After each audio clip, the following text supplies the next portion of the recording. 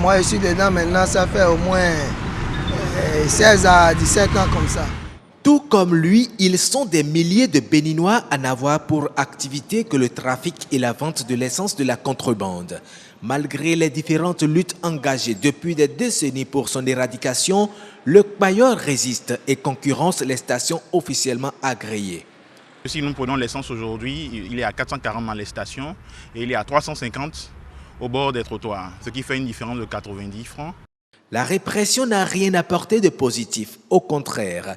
Il faut donc changer de fusil d'épaule et le régime de la rupture entrevoit l'imposition de taxes. Cette décision serait la bienvenue. Elle est salutaire d'autant plus qu'il y a eu beaucoup de choses qui se sont passées et dans le trafic de l'essence de contrebande.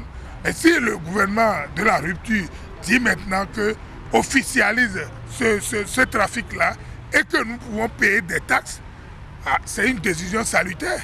Avant, on ne paie rien pour l'État. Maintenant, quand l'État a décidé qu'on va payer quelque chose, moi, ça m'a fait beaucoup plaisir. Parce que nous aussi, on nous reconnaît qu'on fait quelque chose dans le pays.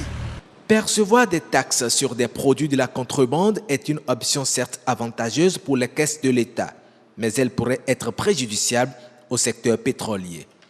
A priori, on peut penser que c'est une manière de légaliser l'informel parce que c'est une manière de les reconnaître et d'aller percevoir des taxes. Si on commence par taxer, c'est qu'au finish, le gouvernement sera obligé de dire mais il faut que vous puissiez respecter la loi. Et en matière de produits pétroliers, le transport est réglementé, comme la distribution aussi est réglementée. Donc tout le monde sera gagnant sur la ligne.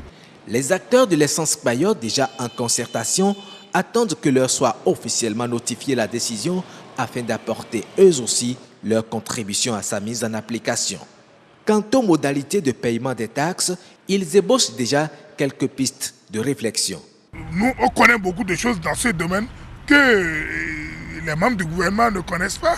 Si on doit percevoir les taxes, c'est chez les importateurs, ceux qui amènent le produit du Nigeria vers le territoire béninois, c'est ceux-là qui doivent payer réellement les taxes. Et ces taxes-là seront répandues sur la valeur du litre au bord de la voie. Passer de l'informel au formel, la tâche pourrait bien être complexe si la démarche n'est pas méthodique. Mais l'avantage aurait été d'expérimenter l'ultime pacifique solution.